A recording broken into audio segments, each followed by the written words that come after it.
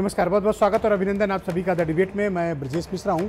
Corona virus का संक्रमण पूरी दुनिया में बहुत तेज़ी से फैलता जा रहा है। दुनिया भर में 51 लाख से ज़्यादा मरीज हो चुके हैं और तकरीबन 3,30,000 लोगों की मृत्यु हो चुकी है। इस वायरस के संक्रमण के हालात ये हैं कि रूस और ब्राज़ील जैसे देशों में भयानक तबाही आई हुई है। ब्राज़ील में 3 लाख से ज़्यादा केस पाए जा चुके हैं और तकरीबन 20,000 लोगों की मौत हो चुकी है। रूस में भी ये आंकड़ा 3,25,000 के आसपास पहुंच चुका है। बड़ी रफ्तार से वहां पर संक्रमण फैल रहा है। तकरीबन 10 से 15,000 केसेज रूस में रोजाना मिल रहे हैं। भारत में भी कमोबेश हालात बेहतर नहीं है। यहाँ भी संक्रमण ने रफ्तार पकड़ ली है। जब से लॉकडाउन में ढील दी जा रही है तब से आप ये महसूस कर रहे होंगे कि भारत और उत्तर प्रदेश में कोरोना वायरस संक्रमण के मामले तेजी से विस्तार ले रहे हैं। भारत में औसतन इस बीच 5 से 6,000 केसेज नए रोजाना मिल रहे हैं और उत्तर प्रदेश में से 300 से 400 केसेस 350 केसेस के बीच नियमित पाए जा रहे हैं। ये एक बेहद चिंता की बात है क्योंकि कोरोना वायरस का संक्रमण लगातार गांव ग्रामीण तक पहुंच चुका है। ये एक बेहद घातक, खतरनाक और जानलेवा वायरस है और इस वायरस की अब तक दुनिया भर में कोई दवा नहीं बनी है। लॉकडाउन में ढील देकर हम इस वायरस के संक्रमण को कम्युनिटी के बीच और तेजी से स्प्रेड कर रहे हैं। ये वो वक्त था जब हमें बहुत कठोर अनुशासन में रहने की आवश्यकता थी क्योंकि इनिशियल फेज में भारत ने 2 महीने के लिए अपना लॉकडाउन करके स्थिति को काफ़ी हद तक नियंत्रण कर लिया था। लेकिन पिछले 15 दिनों से जिस तरह से देश में माइग्रेशन के हालात बने हुए हैं, लोग अपने घरों को जाने के लिए कोई भी प्रतिबंध मानने को तैयार नहीं है। सरकारें उनके लिए कोई पर्याप्त माकूल बंदोबस्त नहीं कर पा रही हैं। लिहाजा लोगों में पैनिक था और अपने घर के लिए निकल गए। सरकार ने साधन नहीं दिए तो लोगों ने पैदल जाना स्वीकार किया, लेकिन शहर में कोई रहना नहीं चाहता। कारण यही रहे कि लगातार कोरोना वायरस ने अपना विस्तार ग्रहण किया और अब हालात लगातार बिगड़ते जा रहे हैं। पहले सरकार ही ये बात कहती थी कि कोरोना वायरस बहुत घातक है, बहुत खतरनाक है, हम 21 साल पीछे चले जाएंगे, ऐसा हो जाएगा, वैसा हो जाएगा, पूरी दुनिया के लिए एक खतरा है। आज वही सरकारें हमें ये समझाने की कोशिश कर रही हैं, आपको और हमें, कि कोरोना वायरस से कोई बहुत चिंता की बात नहीं है, कोई डरने की जरूरत नहीं है। जो लोग मार्च अप्रैल में हमें बुरी तरह से डरा रहे थे, वो अब स्थिति उनके हाथ से जब निकलती दिख रही है तब वही राजनेता हमसे ये कह रहे हैं कि डरने की आवश्यकता नहीं है। दोस्तों, डरने की आवश्यकता है क्योंकि जिस तरह के हालात क्वारंटाइन, आइसोलेशन, ट्रीटमेंट में हो रहे हैं वो चिंताजनक हैं।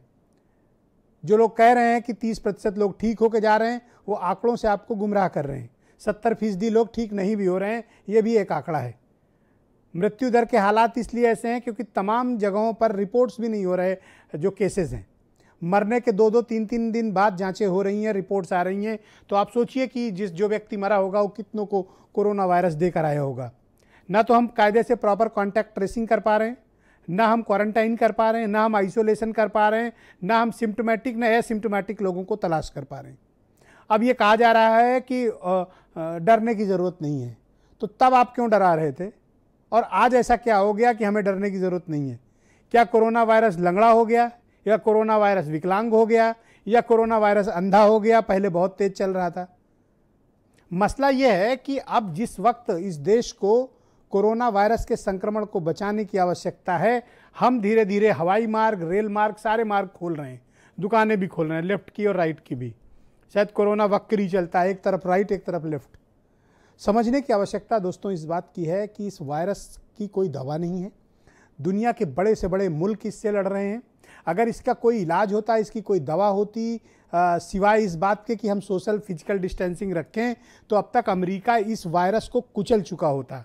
इसकी 7 पुश्तों को अमेरिका तबाह बर्बाद ख़त्म कर चुका होता। अमेरिका में इस हफ्ते तक आकलन है, इस वीकेंड तक, कि तकरीबन 1 लाख लोग अमेरिकी मारे जा चुके होंगे। तो आप कल्पना करिए कि अमेरिका, रूस जैसे ताकतवर देश, चीन जैसे ताकतवर देश, यूरोपियन यूनियन जो दुनिया की अर्थव्यवस्था का पापा बनता है, उसके यहाँ कैसे हालात हैं? उन्होंने किस विधि से, किस साइंटिफिक तरीके से, किस सिस्टमैटिक सामाजिक तरीके से कोरोना वायरस के संक्रमण को अपने देश में रोका, और हम कैसे रोक रहे हैं? हमारे पास ना कोई तथ्य है, ना हमारे पास कोई आंकड़े हैं, ना हमारे पास कोई विश्लेषण है, और ना हमारे पास कोई लॉजिकल सॉल्यूशन है। हम कहते हैं कि हम एक दिन बाएं पटरी की दुकान खोल देंगे, दूसरे दिन दाहिनी पटरी की खोल देंगे। क्यों खोल देंगे भाई? ये कहाँ की रिसर्च है? ये कहाँ का वैज्ञानिक शोध है? और ये किसकी सोच है? और किस देश में ऐसा करने से कोरोना रुका? इसका कोई आपके पास व्यापक आकलन है? नहीं है। मैंने पहले भी ये बात कही थी कि कोरोना वायरस के चलते आपने लॉकडाउन किया। लॉकडाउन में जाना जितनी जटिल प्रक्रिया होती है दोस्तों, लॉकडाउन से बाहर आना उससे भी जटिल प्रक्रिया होती है। लॉकडाउन से बाहर आने के सिर्फ 3 रास्ते होते हैं। आपके पास उस लॉकडाउन की वजह से क्या, किस क्षेत्र में क्या नुकसान हुआ है और कैसे आप उस सिचुएशन को हैंडल कर सकते हैं, उसके लिए सबसे पहले आपके पास पर्याप्त हर क्षेत्र के आंकड़े होने चाहिए। फिर आपके पास विशेषज्ञों की सलाह होनी चाहिए। विशेषज्ञ सिर्फ चिकित्सक ही नहीं, समाज के हर क्षेत्र का, हर काम, हर व्यापार से लेकर चिकित्सा तक के सब विशेषज्ञ, एक्सपर्ट्स की ओपिनियन होनी चाहिए। उसके बाद सरकारों को अपने रिसोर्सेज को ध्यान में रखते हुए एक वृहद कार्य योजना पर काम करना होता है, तब आप लॉकडाउन से बाहर आते हैं। यह है वो स्टैंडर्ड प्रक्रिया जो दुनिया के दूसरे मुल्कों ने अपनाई। मैं आपको कोई रॉकेट साइंस या अपनी कपोल कल्पित बातें नहीं बता रहा हूं, यह दुनिया के दूसरे देशों में हुआ है और उनका अनुभव मैं आपसे साझा कर रहा हूं। तो इसलिए भारत को भी, उत्तर प्रदेश को भी साइंटिफिकली आधार पर, लॉजिकल आधार पर, आंकड़ों के आधार पर, परिस्थितियों के आधार पर, अनुभव के आधार पर लॉकडाउन की एग्जिट पॉलिसी बनानी होगी। अचानक से ये सोच लेना कि आज हम दूध की दुकान खोलेंगे, कल हम मेवे की दुकान खोलेंगे, आज हम किराना स्टोर खोलेंगे, आज हम रेस्टोरेंट खोल देंगे, ये सब सोचने से कोरोना के संक्रमण को खत्म नहीं कर सकते। आप समस्या को टाल रहे हैं, उसको आगे के लिए आप धकेल रहे हैं। जब यह बात इस्टेब्लिश्ड हो गई थी कि लोगों को उनकी ज़रूरत का सामान बिना रुकावट उनके घरों तक पहुंचना चाहिए, तो सरकारों का ये कर्तव्य था कि वो पहुंचाते। लेकिन बाजार खोल दिए गए, सब्जी मंडियां खोल दी गई। नतीजा क्या हुआ कि आज हम 1,20,000 के आसपास केसेस पे खड़े हैं। और अगले 3 दिन के अंदर दोस्तों, अगले 3 दिन के अंदर भारत टॉप 10 के क्लब में शामिल होगा कोरोना वायरस संक्रमण के मामले में। दुनिया के सर्वाधिक 10 प्रभावित मुल्क, जिसमें भारत भी एक होगा। तो आप सोचिए कि आप किधर जा रहे हैं। अब लॉजिक दिया जा रहा है कि पहले टीबी से, सड़क हादसे में ऐसे ऐसे लोग मरते थे, अभी कम हो गए हैं। तभी नहीं मर रहे थे मार्च और अप्रैल में, तब तो आप ही हमें आंकड़े बता रहे थे। अब आप कह रहे हैं कोरोना से डरने की जरूरत नहीं है। डरेगा इंडिया तभी बचेगा इंडिया। अब ये सोचिए, ये वक्त कठिन है। इस बीमारी को लेकर कुछ घटिया सियासतें भी हो रही हैं। कोई बस चलवा रहा है, कोई बस रोक रहा है, कोई बस दे रहा है, कोई बस नहीं दे रहा है। तमाम तरीके का वितंडा चल रहा है। पर हालात ये है कि आप संकट में हैं। आप होशियारी दिखाइए, आप बहकावे में ना आइए, ना पहले के ना अब के। ये हालात दुनिया भर के देखिए, समझिए कि क्या हो रहा है। दुनिया आपके मोबाइल में है, उठाकर देखिए कि दुनिया के दूसरे देशों में क्या हालात हैं, उसको अपने देश से कंपेयर करिए, तब कुछ आप कार्य करिए और तब निकलिए। क्योंकि स्थितियां अभी ठीक हुई नहीं हैं, स्थितियां बेहतर हुई नहीं हैं। हम पहले शहरों में केंद्रित थे, अब हम गांव तक पहुंच गए हैं। पहले पश्चिमी उत्तर प्रदेश में मामले ज़्यादा मिल रहे थे, अब पूरब में ज़्यादा मिल रहे हैं। पहले मेट्रो में मिल रहे थे, अब गांव, पूर्वा और कस्बों तक ये वायरस फैल रहा है। इसलिए चिंता की बात है। सुनिए कुछ राजनीतिक बयान, फिर एक डिबेट को आगे बढ़ाएंगे। 1000 बसों को कांग्रेस पार्टी ने यूपी भेजने के लिए एक प्रस्ताव भेजा, जिसको बहुत देर तक परमिशन नहीं मिली। जब परमिशन मिली तो कहा गया कि उसको लखनऊ भेजिएगा। आगरा भरतपुर बॉर्डर से बस लखनऊ जाएगी, उसके बाद उसको आगे भेजा जाएगा। फिर बाधाएं बनाने के लिए नाना प्रकार के हथकंडे अपनाए। कभी कहा कि फिटनेस सर्टिफिकेट नहीं है, कभी कहा कि ड्राइवर का लाइसेंस नहीं है। राजस्थान सरकार की कि निरीह बच्चों के बस से भिजवाने का किराया वसूल रहे। 94 बसों का किराया वो 36,36,000 और 664 रुपया का भुगतान ले रहे हैं। एक तरफ आप पैसा ले रहे हैं, दूसरी तरफ आप बसों को भेजने का बॉर्डर पे आप किस नियत से और किस कारण से कर रहे हैं? 8 मई को आपने रिमाइंडर फिर क्यों किया था?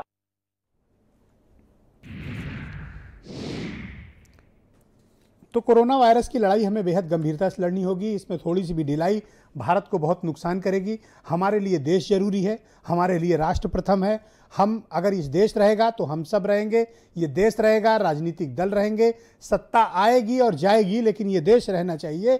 हमें वाजपेयी जी की इस बात को भूलना नहीं चाहिए। तो कोरोना वायरस की इस लड़ाई को हम अपने स्वार्थ के लिए अगंभीरता में बदलें, इससे ज़्यादा खराब कोई बात हो नहीं सकती। इसलिए राष्ट्र प्रथम के सिद्धांत को अपनाते हुए हमें अपने देश को बचाना है, कोरोना वायरस से भारतीय लोगों को बचाना है, अपने देश के नागरिकों को बचाना है। ये हमारी सोच होनी चाहिए। हरिश्चंद्र श्रीवास्तव बीजेपी के स्पोक्स पर्सन हैं, आचार्य प्रमोद कृष्णन जी कांग्रेस के सीनियर लीडर हैं, SK Dwivedi ji farmer IAS अफसर हैं, संजय गुप्ता आदर्श व्यापार मंडल के अध्यक्ष हैं, AL बनर्जी उत्तर प्रदेश के DGP रह चुके हैं, अनिल दुबे राष्ट्रीय लोकदल के राष्ट्रीय प्रवक्ता हैं और वीरेंद्र सिंह जी हमारे स्टेट हेड। बहुत स्वागत, बहुत बहुत धन्यवाद। हरीश जी, मैं कार्यक्रम आपके साथ शुरू करना चाहता हूँ। ये बताइए कि जब हमें बेहद कठोर अनुशासन में रहने की आवश्यकता है, तब मैं देख रहा हूँ कि निहायत अगंभीरता बरती जा रही है। बाजार से लेकर दुकानों से लेकर सारे ट्रांसपोर्ट सब कुछ खोले जा रहे हैं। क्या अभी कोरोना वायरस के संक्रमण के मामले 0 हो गए क्या?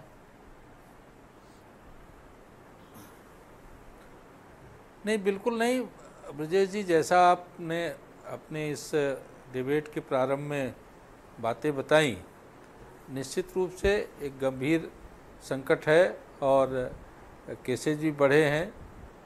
लेकिन जिस तरह से माननीय प्रधानमंत्री जी ने जब सभी प्रदेशों के मुख्यमंत्रियों से बात किया था, तो सभी माननीय मुख्यमंत्रियों की बहुत सारी लोगों की ये राय थी कि इसको इस तरह से खोलने की बात कह रहे थे लोग।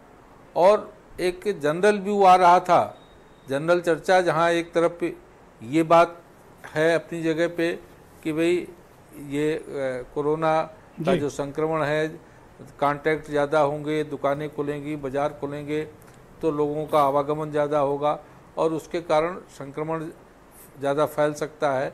दूसरी तरफ तमाम सारे इस तरह के भी विचार, इस तरह की अभिव्यक्तियाँ लोग दे रहे थे और सरकार के पास भी इस बात का दबाव बना रहे थे कि साहब इस लॉकडाउन ही इसका एक वो नहीं है। तो हरीश जी, मैं क्या ये समझूं कि ये इसका राज्यों के दबाव में आके केंद्र ने ये फैसला लिया है? जो इसका नहीं, राज्यों के दबाव नहीं, एक मैंने कहा कि एक जनता की भी एक व्यापक मांग थी कि आप तो बड़े मीडिया माध्यम हैं, आप लोगों तक भी इस तरह के विचार निश्चित रूप से आई होंगे कि भाई लॉकडाउन कब तक रहेगा और लॉकडाउन ही इसका एक निदान नहीं है। और लोगों के सबके मन में था कि धीरे धीरे इसको खोला जाना चाहिए और जो इसका अनुशासन है, जो इसके प्रोटोकॉल हैं, उसकी जागरूकता आप जन जन तक ये पहुंच गई है। सर, कौन सी जागरूकता जन जन तक पहुंच रही है? और आइए चलिए मैं आपको सड़क पे ले चलता हूं, देखिए क्या जन जागरूकता है। सड़कों पर किस तरह से तमाशे हो रहे हैं हरीश जी। मतलब कोरोना कोई मजाक का विषय वस्तु नहीं है। आप ही कह रहे थे कि ये डेडली है, जानलेवा है, 21 साल हमें पीछे कर देगा। आज आप कह रहे हैं कि साहब ऑल इज वेल, डरने की जरूरत नहीं है। मुझे बताइए,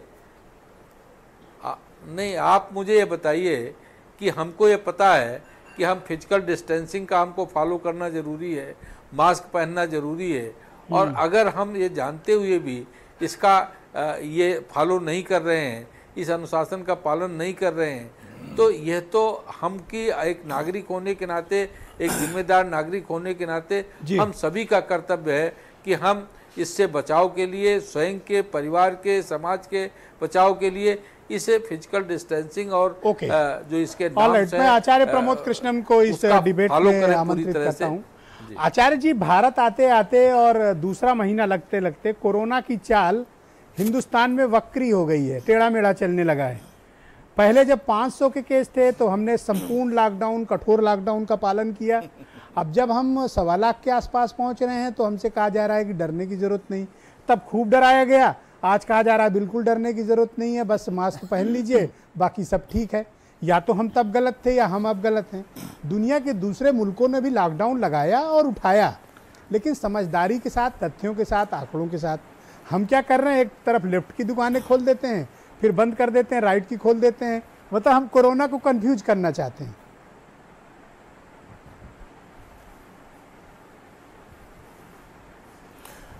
देखिए ब्रजेश जी, जब भारत के प्रधानमंत्री जी ने ये घोषणा की थी तो मुझे ही नहीं, इस देश के प्रत्येक व्यक्ति को उनके जो स्वर हैं, उनके जो शब्द हैं, उनकी जो भाषा है, उनकी जो भाव भंगिमा है, वो उनके मानसिक पटल पे पूरे देश के अंकित है। प्रधानमंत्री जी बहुत गंभीर थे। प्रधानमंत्री जी ने ये कहा था कि ये ऐसी बीमारी है, इसका कोई इलाज नहीं है, हमारे ही पास क्या पूरी दुनिया में नहीं है। ये ऐसी बीमारी है कि हमको मजबूरी में अब लॉकडाउन करना पड़ेगा, यही एक रास्ता है। घर से बाहर मत निकलिए और देश के प्रत्येक नागरिक के जीवन की रक्षा करना हमारा दायित्व है, हमारे लिए वो बहुत बहुमूल्य है। प्रधानमंत्री जी ने ये भी कहा था ब्रजेश जी, आपको याद होगा, कि इसके लिए आर्थिक नुकसान उठाना पड़ेगा और बहुत ज़्यादा। ठीक है, देश ने उनकी बात को गंभीरता से लिया। मैं कल भारत के नागरिक उड्डयन मंत्री को सुन रहा था, मैं हैरान हो गया। हैरानी इस बात पे हुई कि उन्होंने जो गाइडलाइन जारी करी है उसमें एयरपोर्ट के बाहर तक सोशल डिस्टेंसिंग होगा।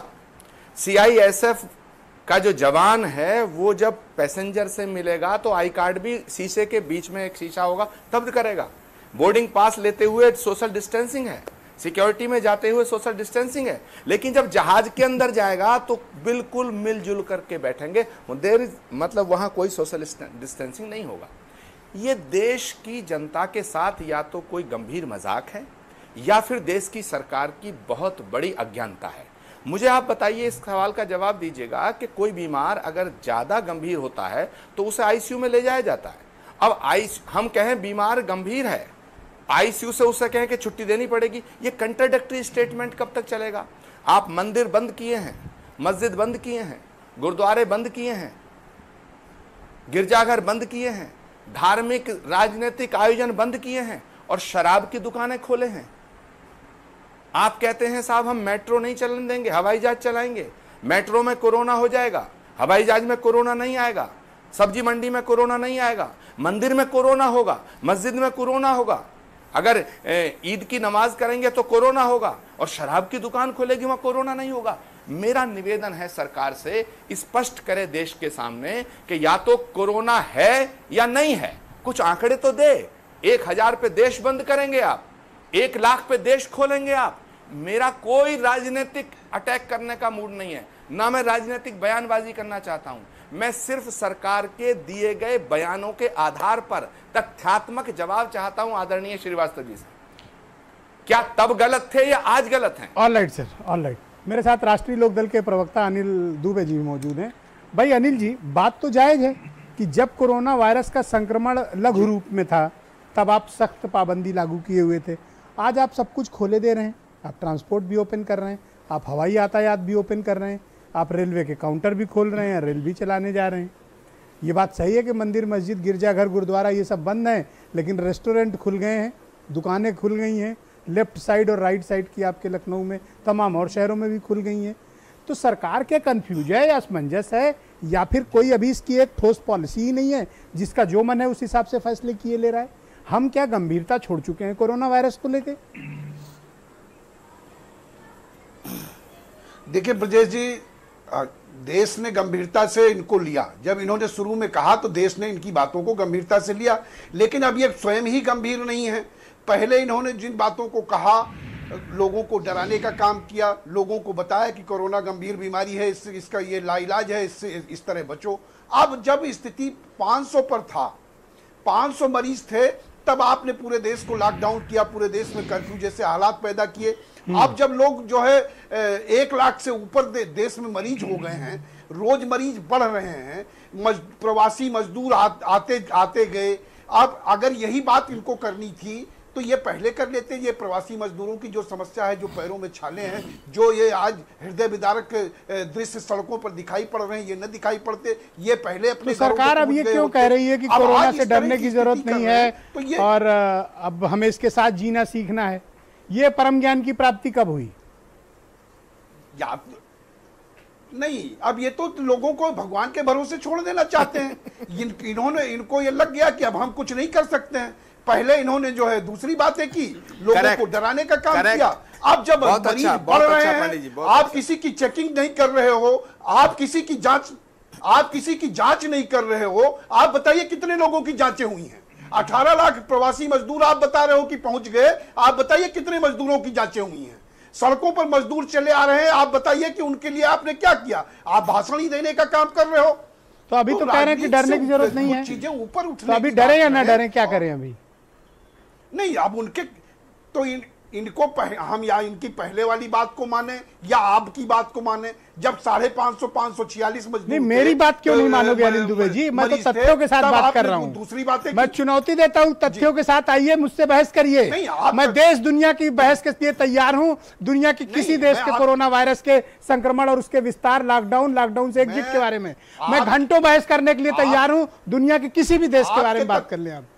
नहीं, आप घंटों बहस करते हो, आप तथ्य पर लाए हो, मैं आपके तथ्यों से सहमत हूं, लेकिन सरकार तो कंफ्यूज है ब्रजेश जी। सरकार की पहले की बात को माना जाए कि आपकी बात को माना जाए? Okay, alright. सवाल इस बात का है, सरकार पहले तो ये स्पष्ट करे कि वो पहले सही थे कि आप सही है। ऑलराइट, मेरे साथ फॉर्मर डीजीपी आनंद लाल बनर्जी जुड़ चुके हैं। बहुत स्वागत आपका बनर्जी जी। जिस तरह से वायरस का संक्रमण अब विस्तार रूप ले रहा है, पुलिस फोर्स, पीएसी के जवान भी इससे संक्रमित हो रहे हैं, समाज में भी ये तेजी से फैल रहा है। सरकारों के पास इसको रोकने के लिए कोई ठोस पॉलिसी नहीं है। कभी वो बताते हैं कि बिल्कुल सख्त नियंत्रण, सख्त पाबंदी, कभी कहते हैं कि माइल्ड पाबंदी लगेगी, अब कहते हैं कि ये खोल देंगे, वो बंद कर देंगे। तो क्या हम एक समाज के रूप में, एक देश के रूप में कोई एक बेहतर रणनीति अब तक क्यों नहीं बना पाए? हमारे पास ऐसी समझ क्यों नहीं है कि हम तथ्यों और आंकड़ों के और विश्लेषण के आधार पर यह फैसला करें कि क्या जरूरी है भारत के लिए? विजय जी, मुझे थोड़ा मौका दीजिए बोलने का, लंबा हो सकता है बोल जाए। सबसे पहले ये बात हम लोगों को समझ लेना चाहिए कि हम एक वॉर लाइक सिचुएशन में है, एक लड़ाई, एक युद्ध की स्थिति में है, एवं युद्ध की स्थिति की कोई भी तैयारी पूरे विश्व में किसी ने नहीं की थी, शायद चीन में रही हो। मुझे जो रिपोर्ट मैं पढ़ता हूं उसके चलते लगता है कि उन्होंने पहले से तैयारी कर रखी थी। उनके यहां से फेस मास्क, उनके यहां से ग्लव्स इत्यादि की एक्सपोर्ट करीब करीब बंद कर दिया था। पर्सनल प्रोटेक्टिव इक्विपमेंट और अन्य चीजें जो मेडिकल की चीजें उनको जरूरत है, उनकी 70 से 80% उनकी इंपोर्ट बढ़ गई थी। और फिर उन्होंने वुहान में पहला अपना लॉकडाउन किया। उस समय हम लोग सब ये आश्चर्यचकित थे कि ये लॉकडाउन क्यों कर रहे हैं, क्या है जी। इसमें WHO की भी बहुत बड़ी रोल थी। जो भी है, लबोलबाब ये हुआ कि इसके अलावा हमारे पास ये वॉर लाइक सिचुएशन था, ह्यूमन टू ह्यूमन ट्रांसमिशन है, इसकी कोई दवाई नहीं है और इसके चलते बहुत लार्ज स्केल डिसरप्शन होगा, यही हमको आइडिया था। तो वुहान में ये हुआ। अब सोच लीजिए, वुहान से 1300 किलोमीटर दूर बीजिंग है, वहां एक आदमी नहीं हुआ। वहां से 800 किलोमीटर दूरी पर शंघाई है, वहां किसी को नहीं हुआ। 15,000 किलोमीटर दूर अमेरिका में और इटली में होने लगा। तो हमारे पास कोई मॉडल नहीं था जिसके तहत कि हम इसको कर सकें। तो मुझे लगता है कि गवर्नमेंट ऑफ इंडिया के पास डेफिनेटली बहुत लोग होंगे जो कि एक्सपर्ट्स हैं, जिसमें कि जैसे रणदीप गुलेरिया हैं, ऑल इंडिया इंस्टीट्यूट के जो डायरेक्टर हैं, ICMR हैं, इन सब ने मिलकर इनको बताया होगा कि ये करने से ऐसा होगा। और जो जिस दौरान सर, मेरा सवाल ये अभी जो बढ़ती जा रही अगमचिंता है उस पर है। प्रजय जी एक मिनट, जिस दौरान हम इसको तैयारी कर लें, बेड्स की तैयारी कर लें, हम इक्विपमेंट की तैयारी कर लें, हम वेंटिलेटर्स की तैयारी कर लें, क्योंकि आगे इसको बढ़ना ही है। क्या तो तैयारी हम की? इसको 2 महीने में तैयारी क्या की? रखेंगे। हाँ, 2 महीने में क्या तैयारी की? देखिए, जो भी इन्होंने किया होगा, डेफिनेटली किया है। नंबर ऑफ बेड्स हैं, वेंटिलेटर्स हैं, सारी चीजें हैं, PPE हैं। सर, अभी बताओ कि ये फैसला सही है लॉकडाउन खोलने का? अच्छा, जो भी का क्या आपने मतलब ये है? पूछा। हाँ सर, लॉकडाउन ओपन करने का फैसला सही है? देखिए, लॉकडाउन ओपन करने का फैसला सही है कि नहीं है मैं नहीं जानता हूं, मगर एक डिबेट पूरे वर्ल्ड में, विश्व में इस बात की चल रही है कि लॉकडाउन में रहे या इकोनॉमिक एक्टिविटी करते रहे, क्योंकि अगर इकोनॉमिक एक्टिविटी तो फिर आप नहीं जानते होगा क्या हैं? तो दिक्कत आएगी। बनर्जी साहब, आप मेरे जानते चाहने की क्या बात हैं? नहीं है। ये तो बड़ा विचित्र जवाब है ब्रजेश जी। देखिए, अरे हे महाप्रभु, यूनियन गवर्नमेंट। अरे भाई, आचार्य जी उनको बोलने दीजिए, वो उत्तर प्रदेश के फॉर्मर डीजीपी हैं। आचार्य जी उनको बोलने दीजिए, बनर्जी साहब को। बनर्जी साहब बोलिए। Thank you. ये देखिए, ऐसा है कि यूनियन गवर्नमेंट में बहुत अच्छे लोग हैं तो जो उनके बैठे पाबंदी हुए नहीं हैं। लगा रहा हूँ, वो बात ही ऐसी कर रहे हैं। वो कह रहे हैं फैसला सही है या गलत, मैं नहीं जानता हूँ। हाँ, ऑब्वियसली आप जानते हैं कि बात नहीं कर रहे हैं, चीन की बात ज्यादा कर रहे हैं। आपने सीधा सवाल उनसे किया, उन्हें कहना चाहिए था कि ये फैसला सही है। नहीं, आप फिर वही वाली बात कर रहे हैं। बेतुकी बातें हैं। अरे हम नहीं, एक दूसरे के प्रति सम्मान का भाव। सवाल ये है सम्मान। आप क्यों सवाल मुझसे कर रहे हैं? ब्रजेश जी मुझसे करें सवाल, मैं ब्रजेश जी के सवाल का जवाब दे रहा हूँ। मैं जो स्थिति है उसको समझा रहा हूँ या मेरे समझ के हिसाब से बता रहा हूँ, आप उसको सुन लीजिए। आप डिसएग्री कर सकते हैं, I am happy that you may disagree with it, but at least let me speak my mind. Okay, alright sir. Let me tell you that there is sufficient evidence available that whatever has been done is basically a right thing. However, I am in no position to explain. मैं उस position में नहीं हूँ explain करने के लिए। मेरा कहना ये है कि ये एक एक्सपर्ट्स ने मिलके इसको तय किया है कि क्या होना है क्या नहीं होना है, और हमको इसके हिसाब से चलना है। अब सोसाइटल प्रेशर जो है, देखिए ये समस्या है कि लोग एग्री। बनर्जी साहब, मेरे पास वक्त थोड़ा कम है, मैं आपको रोकना पड़ रहा है। नेक्स्ट राउंड में आपके बाकी विचारों को हम सम्मिलित करेंगे। रुक गया जी, ऑलराइट। मेरे साथ एसके द्विवेदी साहब मौजूद हैं, फार्मर आईएएस अफसर हैं, लंबा प्रशासनिक अनुभव है। भाई द्विवेदी जी, मैं ये समझना चाहता हूँ कि पहले हमसे ये कहा गया था कि कोरोना वायरस बहुत घातक है, बहुत ही खतरनाक है, बहुत पावरफुल वायरस है, ह्यूमन टू ह्यूमन ऐसे फैल रहा है कि अगर आप सड़कों पर निकलेंगे तो खत्म हो जाएंगे। पूरे देश में कर्फ्यू का माहौल बना दिया गया था। अब जब हम 1 लाख के ऊपर चले गए हैं, टॉप 10 के क्लब में शामिल होने जा रहे हैं, नंबर ऑफ केसेस गांव ग्रामीण तक पहुंच गए हैं, तब हमसे कहा जा रहा है नहीं, अब डरने की ज़रूरत नहीं है, अब दुकानें खोल दीजिए, अब मार्केट खोल दीजिए, अब मिठाई की दुकान भी खुल जाए, रेस्टोरेंट भी खुल जाए, बाजार भी खुल जाए। ब्रजेश जी, देखिए 2 चीज़ें समझनी पड़ेंगी। सबसे पहले तो हमें राजनीति को किनारे कर देना पड़ेगा। इस समय देश में एक ऐसी वैश्विक समस्या आ गई है जिसको सब लोगों को सामूहिक रूप से लड़ना है। क्रिटिसिज्म का प्रश्न नहीं है, प्रश्न ये उठता है कि हम इसको कितनी बहादुरी से और कितनी अक्लमंदी से फेस कर सकते हैं। दुनिया का कोई भी राष्ट्र, 167 राष्ट्र जो इससे प्रभावित हैं, उनमें कोई भी राष्ट्र इस बात के लिए तैयार नहीं था कि हमारे यहाँ अगर कोरोना वायरस की ये चीज़ फैलती है, बीमारी फैलती है, तो हम उससे क्या करेंगे। और जैसा कि आपने स्वयं अपने वक्तव्य में कहा कि अभी इसकी कोई दवा दुनिया में कहीं नहीं बनी है, अभी हम सब ट्रायल एंड एरर पर काम कर रहे हैं। तो हमें 2-3 सफल मॉडल जो दुनिया के हैं जिसको देखना चाहिए था, उसमें पार्टली तो हमने देखा लेकिन पूरी तरह न देख पाए, और उसका नतीजा है कि हम लोग यहाँ पर बैठ के बहस कर रहे हैं। ताइवान है, साउथ कोरिया है, इजराइल है और बाली है। 4 दुनिया के सफल मॉडल हैं जहाँ पर इस वैश्विक बीमारी का आगमन तो हुआ लेकिन उसको इन लोगों ने जड़ से साफ कर दिया, और आज की तारीख में वहाँ पर बिल्कुल 0 केस है। बाली के बारे में तो आप अगर देखेंगे तो वो इंडोनेशिया का वो एक ऐसा आइलैंड है जो चारों तरफ से कोरोना ग्रसित लोगों से घिरा हुआ है, लेकिन फिर भी वहां किसी प्रकार की अब कोई चीज नहीं रही है। सर, वहां भी ऐसा है कि लिफ्ट की दुकानें सोमवार को और नहीं, बिल्कुल नहीं, वहां सामान्य जनजीवन चल रहा है। लोग स्वयं को जिम्मेदार महसूस मानते हैं। लेफ्ट राइट की पॉलिसी बिल्कुल मैं उसके पक्ष में नहीं हूं। जिस दिन आपके ही चैनल पे हम लोग बैठे थे, जिस दिन शराब की दुकानें खुली थी, आपने निंदा की थी। मैंने इस बात को ओपनली कहा था कि मैं इस बात का विरोध ओपनली कर रहा हूं कि हमारे पास इस समय वित्तीय व्यवस्था बनाने के लिए और भी तरीके हैं, हमको इसके ऊपर डिपेंड नहीं करना है। लेकिन जैसा कि बनर्जी साहब कह रहे थे, हमारे बड़े भाई हैं, रणबीर भदौरिया साहब हैं, एम्स के डायरेक्टर हैं, उन्होंने परसों एक प्रेस रिलीज जारी किया था और वो बड़ा बुद्धिमत्तापूर्ण था। जैसी बात आप कर रहे हैं कि लॉकडाउन इसका सॉल्यूशन नहीं है, हमको we have to live with this situation. तो आपको अपने को इस प्रकार से तैयार करना है, सरकारी मशीनरी मदद करे ना करे। लेकिन दुर्भाग्य क्या हो रहा है, मुझे इस बात की व्यथा है, मैं अपनी बात कह रहा हूं, मैं सरकार को क्रिटिसाइज नहीं कर रहा हूं, चाहे केंद्र की सरकार हो चाहे प्रदेश की। पूर्वांचल से हम लोग बिलोंग करते हैं।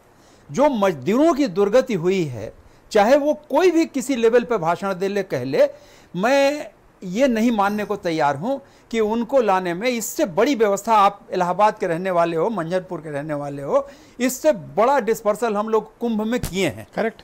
2 बार हम लोग कुंभ में रहे हैं, व्यक्तिगत रूप से रहा हूं, और इससे बड़ी भीड़ का डिस्पर्सल हम लोग किए हैं।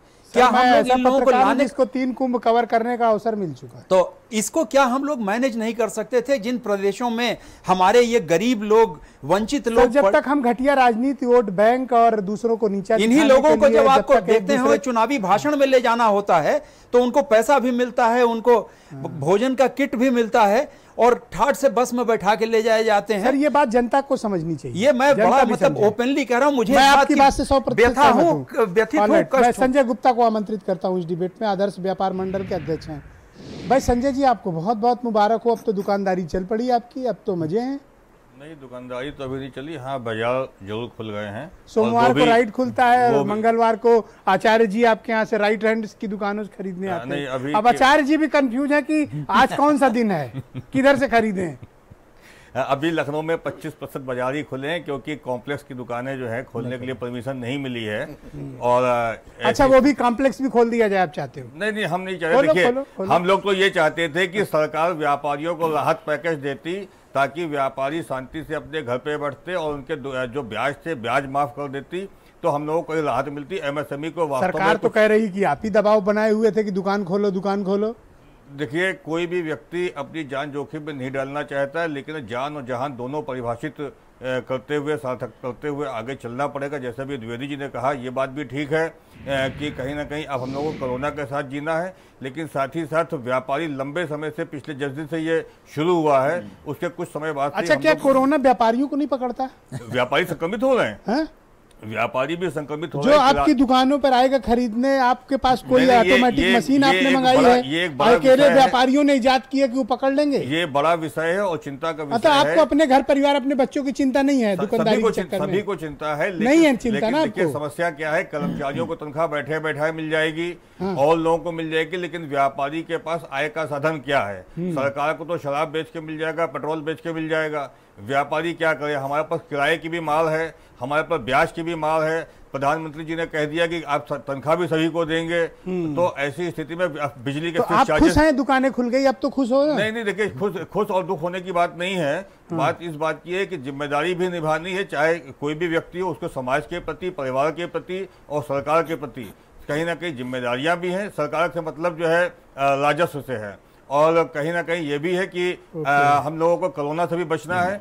कोई भी व्यक्ति कैसे बचना है? कोई मशीन है क्या? नहीं, कोई मशीन नहीं है। एक काम करो, सब व्यापारी पीपीई किट पहन के बैठे हैं और क्या? नहीं, कोई मशीन नहीं है। हम लोगों के जान इस समय बहुत जोखिम में है और हमारे किराना तो व्यापारियों ये बात करनी चाहिए ना, ये आप लोगों को सही रिप्रेजेंट करना चाहिए। जी बिल्कुल सही। व्यापारी की जान को तो आप लोगों ने सस्ती की बना दी है। सरकार, मुझे बड़ी शिकायत है व्यापारी नेताओं से कि आप लोग व्यापारियों की जान की कोई कीमत नहीं समझते हैं। व्यापारियों को आप नोट छापने की मशीन समझते हैं, व्यापारियों को रेवेन्यू कलेक्शन का एटीएम समझते हैं। एक बार भी कोई व्यापारियों की जान जहान की बात नहीं करता। ब्रजेश जी, व्यापारियों के बच्चों की बात नहीं होती। ब्रजेश जी, हम लोगों ने लगातार व्यापारी मतलब नोट की मशीन, ये सरकार समझ रही है। यही आप भी यही समझते हो? यही नहीं, हम लोग समझ रहे हैं, लेकिन हमको ये बताइए, आप भी यही समझते हो? नहीं, कभी प्रशासन सरकार की बैठक में कह रहे हो कि व्यापारी खतरे में है? व्यापारी क्या कोरोना वॉरियर नहीं है? बिल्कुल है, 100% है। जिस तरीके से किराना व्यापारी, अगर एक व्यापारी को भी अगर इस कोरोना के चलते ईश्वर न करे मृत्यु होती है तो क्या उत्तर प्रदेश की सरकार वही मुआवजा देगी जो अस्पताल में या दूसरे काम में लगे लोगों को मिलेगी? हम लोगों ने लगातार, आप नहीं संजय, बताओ आप मुझे। नहीं, बिल्कुल हम लोगों ने इस बात की मांग की जिस तरीके से आप व्यापारी संगठन के नेता हैं या क्या? वैसे ही 50 लाख का बीमा किराना व्यापारियों का होना चाहिए, और किराना व्यापारियों ने वास्तव में सेनानी की भांति इस विपदा के समय, आपातकाल के समय आवश्यक वस्तुओं की आपूर्ति की। क्या मिला व्यापारियों को? कुछ नहीं मिला व्यापारियों को। हमें बहुत तकलीफ है, पूरे देश के व्यापारियों को तो आप उनको झोंकने जा रहे हैं। देश में 7 करोड़ व्यापारी अब तो भट्टी में की तरफ झोंक रहे हो। बिल्कुल सरकार आपने क्या प्रोटेक्शन मांगा सरकार से? 20 लाख करोड़ के पैकेज में प्रधानमंत्री जी ने, वित्त मंत्री जी ने देश के व्यापारियों की कोई चिंता नहीं की, और जो एमएसएमई को भी दिया वो भी लोन पैकेज दिया है, राहत पैकेज नहीं दिया है।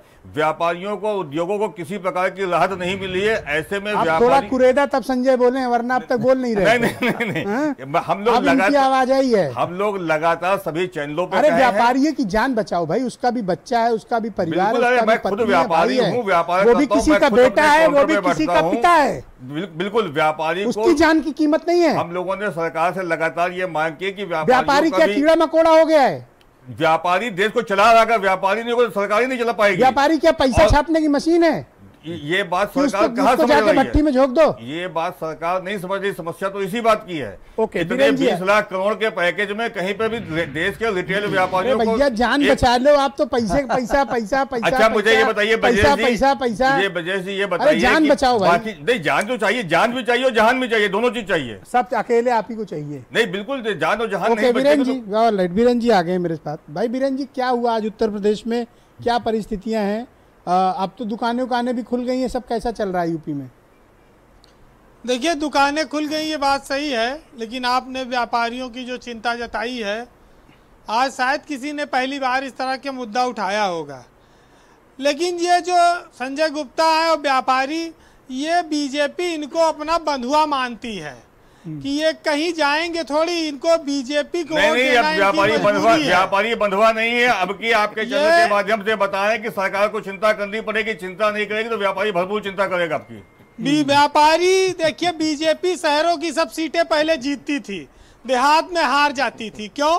क्योंकि व्यापारी उसके साथ रहता था और आज तक वो व्यापारी का भरोसा बीजेपी पर है।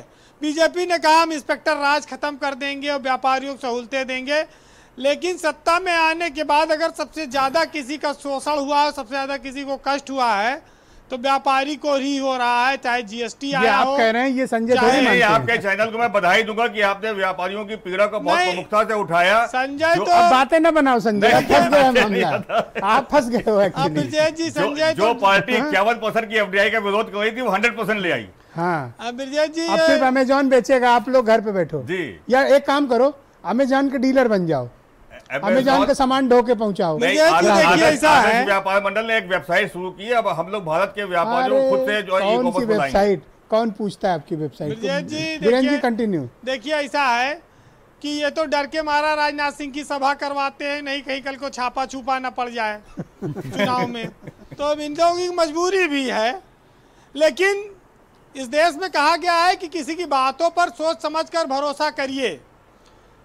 एक दिन ब्रजेश जी, गली में एक आदमी जो है आवाज लगा रहा था, एक विक्रेता था कि 100 रुपए में जिंदगी भर बैठ के पूरा परिवार खाइए। तो बाहर निकल कर देखा तो चटाई बेच रहा था। तो इसलिए ये कहा गया है कि घोषणाओं पर और वादों पर भरोसा मत, सावधानी से जो है रहे, सोच समझ कर इन पर यकीन करें। इस देश में बड़े बड़े वादे किए गए हैं, पता लगा। और आज ये भी बहुत तर्कस में तीर आचार्य जी भी मार रहे हैं। नहीं, आचार्य जी तो आज हमने इनको बहुत, ये पहले एक चैनल पे बैठे थे एक दिन, तो प्रधानमंत्री की तारीफ की थी इन्होंने। हाँ। आज भी काफी तारीफ की। लेकिन आचार्य जी को ये पूछना चाहिए, भाई ये बताओ कि ये जो आज तक देश में घटनाक्रम हो रहा है, इसके लिए नेहरू कब तक जिम्मेदार रहेंगे और कहां से बीजेपी की जिम्मेदारी शुरू होगी कई साल बाद, ये बता दें। क्योंकि ब्रजेश जी, मुझे लगता है कि जितने मजदूर ये सड़कों पर घूम रहे हैं, चल रहे हैं, ये सब नेहरू के नाते हैं। अगर इतनी फैक्ट्रियों कारखाना न लगवाए होते तो कहाँ इतने लोग नौकरी करने बाहर जाते। तो इस देश में तमाम सारी बातें हैं जो जिनके लिए नेहरू को जिम्मेदार ठहराया जाता है। वैसे अभी एक नया किस्सा आने वाला है। यूपी सरकार ने कहा कि कांग्रेस की जो बसें थी वो स्कूटर था, टेम्पू था, बीमा नहीं था, फिटनेस नहीं था। अभी इन्होंने 12,000 छात्रों को कोटा से मंगवाया है, उसकी जांच रिपोर्ट आ गई है। इनकी बसों पर भी स्कूटर के और टेम्पू के नंबर निकले हैं। राजस्थान सरकार जारी करने वाली है। 560 बसें यूपी से गई थी, उसमें काफी बसों पर स्कूटर के और टेम्पू के नंबर निकले हैं। हाँ। अब ये पलटवार होगा, लेकिन हो सकता है कल हो। ओके। लेकिन इतना जरूर है, देखिए कि मजदूर का जीवन जिस तरह से कष्ट में बीता, जिस तरह से खून से सड़कें लाल हुई, जो तकलीफ हमने आपने देखी, जो कोरोना का संकट आज भी बरकरार है। इस देश में 1 लाख के ऊपर संख्या पहुंच गई है।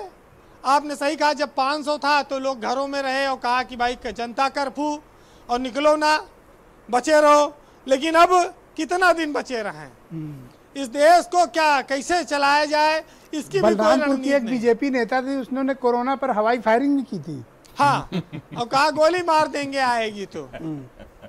लेकिन अब समस्या यह है कि सरकार के सामने ऑप्शन बहुत कम थे। व्यापार कितने दिनों तक आचार्य जी बंद आऊंगा रखा आपके जाए? पास। हाँ बीरेन जी कंक्लूड करें जी। देखिए ब्रजेश जी, मजदूर भी मर रहे हैं सड़कों पर भूखों से, तमाम सारी समस्याएं हैं, देश का व्यापार ठप है, नौजवानों के सामने रोजगार का संकट है, जो उद्योग चल रहे थे उनकी हालत बहुत ख़राब है, वो पता नहीं चल पाएंगे कि नहीं, वो जी पाएंगे, लोगों की नौकरियां जा रही हैं। लेकिन इतने सब हंगामे और शोर शराबे पर वो लोग कहाँ हैं जो देश में चिंता करते थे कि शराब से हमारी माताओं बहनों का जीवन बर्बाद हो रहा है। हवाई चप्पल वाले हवाई जहाज में सफर करें, ये मेरे देश का सपना है। इस देश में तमाम ऐसे नेता हुए हैं जिन्होंने फटी हुई धोती पहनी ये कहकर कि मेरे देश की गरीब जनता के पैरों में चप्पल नहीं है इसलिए मैं नई धोती नहीं पहनूंगा। ऐसे भी प्रधानमंत्रियों के उदाहरण हैं। तो ये उदाहरण हमको एक आचरण की सीख देते थे, लेकिन आज एक साहित्यकार ने ब्रजेश जी बड़ा गजब का लिखा है, सुनाऊंगा जी। वक्त कम है थोड़ा, बीरेन जी कंक्लूड करें। हाँ, उसका मामला है कि मैं चद्दर तान के सोई हूँ। अब किसके लिए कहा है लोग समझ जाएं, सरकारों के लिए कहा जाता है कि अपने घर में फुल एसी कर अपने सपनों में खोई हूँ और मैं चद्दर तान के सोई हूँ। और चलते हैं लू वो चलते हैं, तलवे उनके जलते हैं, कुछ मर के गिर जाते हैं और कुछ भूखों मर जाते हैं। और वो बदहाली की हालत में अब रेलों से कट जाते हैं, न हारन भी सुन पाते हैं। और मेरे कान पे जू ना रेंगेगी और मैं चद्दर तान के सोई हूँ, मैं अपने सपनों में खोई हूँ। वाह बीरेन जी, आपने बड़ी इमोशनल बात कह दी, बहुत बहुत शुक्रिया आपका। मैं हरीश श्रीवास्तव जी का रुख करता हूँ और आचार्य प्रमोद कृष्णन भी मेरे साथ इस कार्यक्रम का हिस्सा हैं। हरीश जी, मैं आपसे समझना चाहता हूँ कि सरकारों के पास ये कोई वृहत कार्य योजना लॉकडाउन की एग्जिट पॉलिसी को लेकर क्यों नहीं है?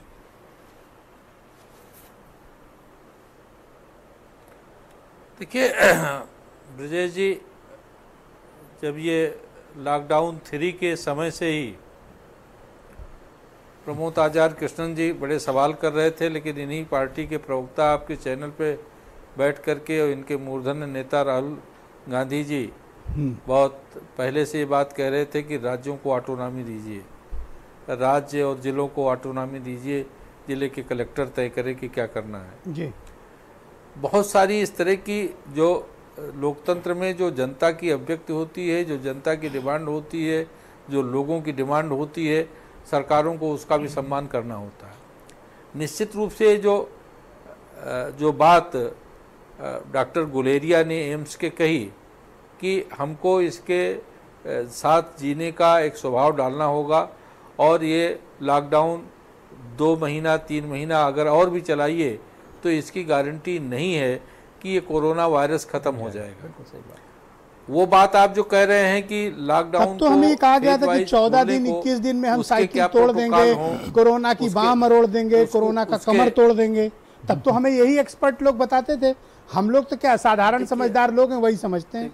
देखिए नहीं, वो ठीक नहीं, एक्सपर्ट लोगों की तमाम सारे एक्सपर्ट को आप तो जो तमाम एक्सपर्ट्स की जो राय होती है, तमाम लोगों की राय होती है, उसके निष्कर्ष पे आप बात करते हैं, तो आप तो सब चीज़ों से विज्ञ हैं। मेरा कहने का मतलब यह है कि आप ये देखिए कि ये सारी अभिव्यक्तियाँ जो थीं वो आपके पास ये जन दबाव के कारण आपने किया है, मैं इसे यूं समझूं। ने जो बात कही ये नहीं जन दबाव का भी सरकारों पे एक प्रभाव पड़ता है। ऑलराइट, आचार्य प्रमोद कृष्णन जी आप कुछ पॉइंट रखना चाह रहे थे सर, गो अहेड आचार्य जी, गो अहेड। उसका भी एक मतलब होता है। Okay Acharya ji, go ahead. Experts की भी राय आई, एक्सपर्ट्स की राय भी यह है कि आपको इसके साथ जीने का एक स्वभाव विकसित करना पड़ेगा। ओके यस, और Acharya okay Harish ji please. Okay Acharya ji, go ahead. हाँ देखिए हरीश जी ने 2-3 बातें कही। मैं स्पष्ट रूप से कहना चाहता हूं कि राहुल गांधी जी ने अगर कुछ कहा और आपने माना, तो इससे हरीश जी ये कहना चाहते हैं कि लॉकडाउन में जो ढील दी जा रही है, लॉकडाउन में जो लचीलापन दिखाया जा रहा है, ये राहुल गांधी की इच्छा थी। क्या राहुल गांधी की इच्छा से सब काम करती है बीजेपी? यही कह दें। प्रश्न अब राजनीति का नहीं है ब्रजेश जी, प्रश्न ये है, मैं ये नहीं कह रहा हूँ कि राहुल गांधी की वही जनता की और तमाम सेक्टर से बातें, हमारा आरोप नहीं है हरीश जी। मेरा जो हाँ, आपके नेता कह रहे थे उसी पे आप सवाल खड़ा कर जब रहे थे। लॉकडाउन का फैसला हुआ था वो भी सारे राज्यों के मुख्यमंत्री से बात करके लिया गया था। जब लॉकडाउन देश बंद करने का फैसला लिया गया था वो सारे डेमोक्रेटिक सिस्टम से लिया गया था क्या? आप अपने नेताओं कैसी से बातें कर रहे हैं? धरातल पे रहिए ना यार। आप बोल रहे थे मैं सुन रहा था। ओके हरीश जी, हरीश जी आप बोल रहे थे मैं सुन रहा था। मैं भी धरातल पे बात कर रहा हूँ। आप सरकार हैं, आप सत्ता हैं। हरीश जी कृपया सुन लें। हाँ आचार्य जी बोले, आप अपनी बात रखें। आप सरकार हैं, आप सत्ता हैं, आपको सुनना पड़ेगा। संयम बोले आप आचार्य विजय जी। मैं 2-3 पॉइंट रख के अपनी बात को खत्म कर दूंगा। मैं ये कहना चाहता हूं कि लॉकडाउन किया, पूरे देश ने माना। आप अब कह रहे हैं ढील दे रहे हैं, ये गले नहीं उतर रही है बात।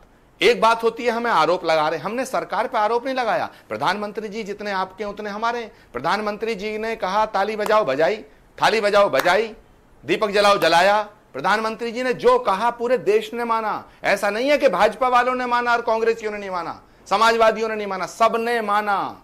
लेकिन अब प्रश्न ये पैदा होता है कि एक तरफ आप कह रहे हैं कि साहब ये बड़ी खतरनाक बीमारी है, दूसरी तरफ आप कह रहे हैं साहब इसमें हमें चलना है। अभी आपके चैनल में पैनलिस्ट जितने बैठे हैं, अगर किसी को यह कहा जाए सारे मूर्धन्य विद्वान हैं, मैं द्विवेदी जी को भी सुन रहा था, मैं बनर्जी को भी सुन रहा था, मैं दुबे जी को भी सुन रहा था, मैं वीरेंद्र जी को भी सुन रहा था, सबसे कहा जाए कि आपको हम आर्थिक पैकेज देना चाहते हैं, सब कहेंगे हाँ साहब दे दो। लेकिन आप कहो कि आर्थिक पैकेज के साथ तुम्हें कोरोना भी देंगे तो सब कहेंगे नहीं, भाड़ में जाओ, ये धन दौलत, कोरोना नहीं चाहिए। तो देश को ये बता दो कि कोरोना गया या है। बात खत्म करो। है ये अधूरा ज्ञान मत दीजिएगा। आप रेल भी चलाओ ना, फिर आप कहिए कि देश के जनता को ही हम बताना चाहते हैं, आज जियो या मरो, आपकी जिम्मेदारी है। आप सावधानी से रहोगे जिंदा रहोगे, आप नहीं रखो मर जाओगे। बात खत्म करो।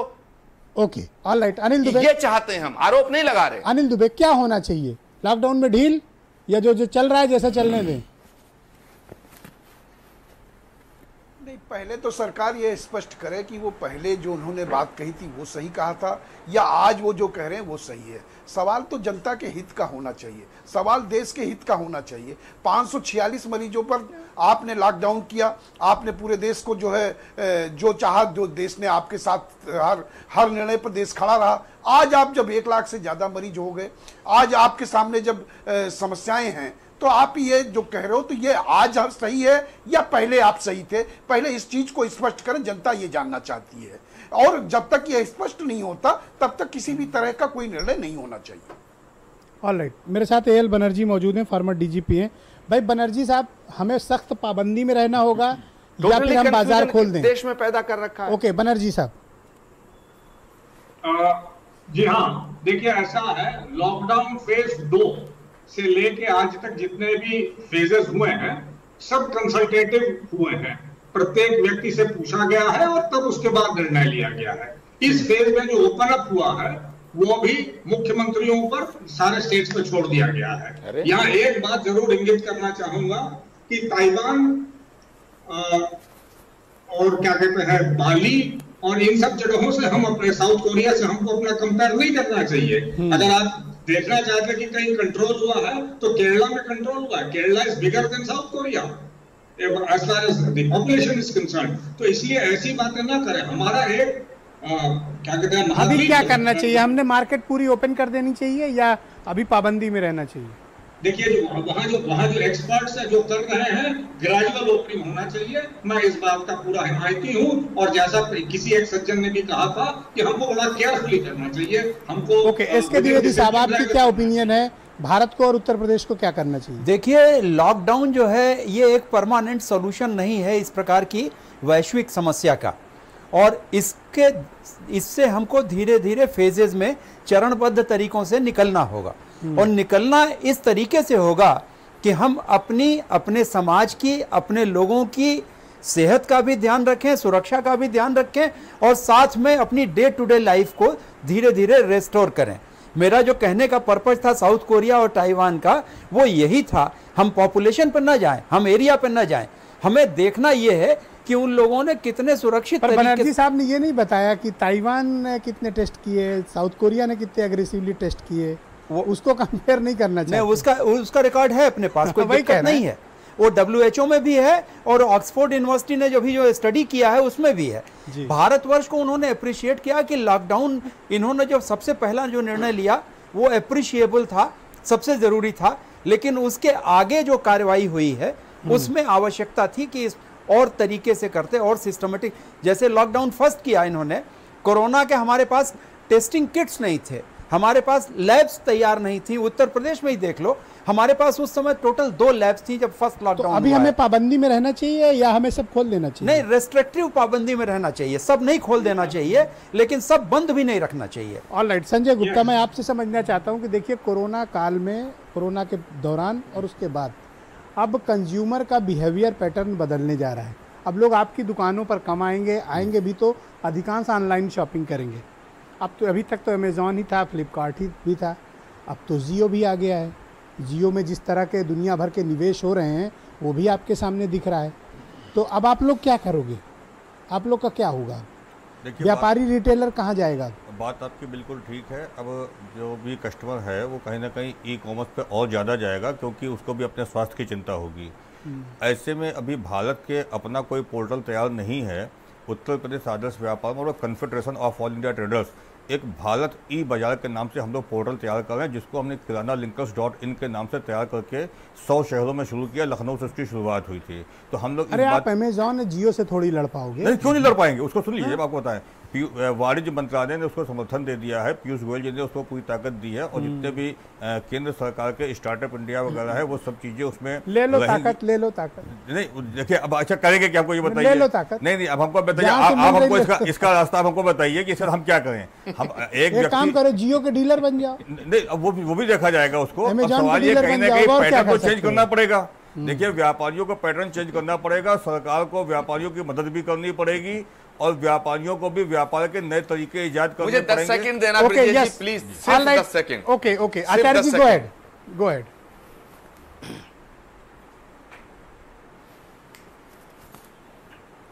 ब्रिजेश जी, मुझे आज बेहद अफसोस है इस बात का कि भारत वो राष्ट्र है, वो धरती है ये, कि यहाँ सच का साथ दिया जाता है, लेकिन अफसोस ब्यूरोक्रेट्स हों या जर्नलिस्ट हों या नेता हों, तमाम लोग सच का साथ नहीं दे रहे हैं। और दिनकर की वो कविता याद मुझे आ रही है कि समर शेष है नहीं पाप का भागी केवल व्याध, जो तटस्थ हैं समय लिखेगा उनका भी अपराध। अरे शर्म नहीं आती हमको? हैं, देश 10 दिन के अंदर 2 लाख मरीज, क्वारंटाइन सेंटर में कोई जाने को तैयार नहीं। हम ये नहीं कह रहे हैं, हम अगर सच बोलते हैं, मजदूरों की बीमारी की बात करते हैं तो ये राजनीति कही जाती है। हम ये कह रहे हैं कि कोरोना है या नहीं देश में बताओ, कोरोना भाग गया तो खोल दो, कोरोना है तो पहले जीवन को बचाओ। क्या करोगे धन दौलत का? ये आर्थिक साम्राज्य समाप्त हो जाएगा संजय गुप्ता। ये दुकान तब तक है आचार्य जी, कोरोना से ज्यादा लोग भूख से मर रहे हैं। आप लोगों ने चिंता की? कोरोना से ज्यादा लोग भूख से मर रहे हैं, जो मजदूर भाग रहे हैं, इनके खाने पीने की चिंता किसी ने की? भूख से नहीं मरेगा। आप लोग देख ही नहीं रहे, ना कांग्रेस देख रही, ना भाजपा देख रही है। व्यापारी का व्यापार 2 महीने से बंद है, क्या खाएगा वो? व्यापारी का, हमको बताइए, व्यापारी का व्यापार 2 महीने से बंद है, क्या खाएगा वो? कहाँ से तनख्वाह देगा? आप दोगली बातें करते हैं। अरे आप दोगली बातें करते हैं। चैनल पे शब्दों का सही प्रयोग कीजिए। आचार्य जी, चैनल पे शब्दों का सही प्रयोग कीजिए। आप नहीं, चैनल पे शब्दों का सही प्रयोग कीजिए। सबसे पहले अपने शब्द वापस लीजिए, अपने शब्द वापस लीजिए, अपने शब्द वापस लीजिए, अपने शब्द वापस लीजिए। हम राजनेता नहीं है दलाली करके। आचार्य जी, हम राजनेता नहीं है। दलाल मत बोलिए, दोगले आप होंगे, दलाली आप करते होंगे। हम राजनेता नहीं है, व्यापारी है। हम व्यापारी है, राजनेता नहीं है। अरे दोगले हैं आप दोगले, आप दोगले। ब्रजेश जी, इस बात को खुश हो जाइए। ब्रजेश जी, इस बात को खुश हो जाइए। ब्रजेश जी, इस बात को खुश हो जाइए। ब्रजेश जी, इस बात को खुश हो जाइए। ये बहुत गलत बात है। चैनल पे ऐसी बात, चैनल पे ऐसी बात, कांग्रेस दोगली है, आप दोगले हैं। कांग्रेस दोगली है, आप दोगले हैं। कैसे?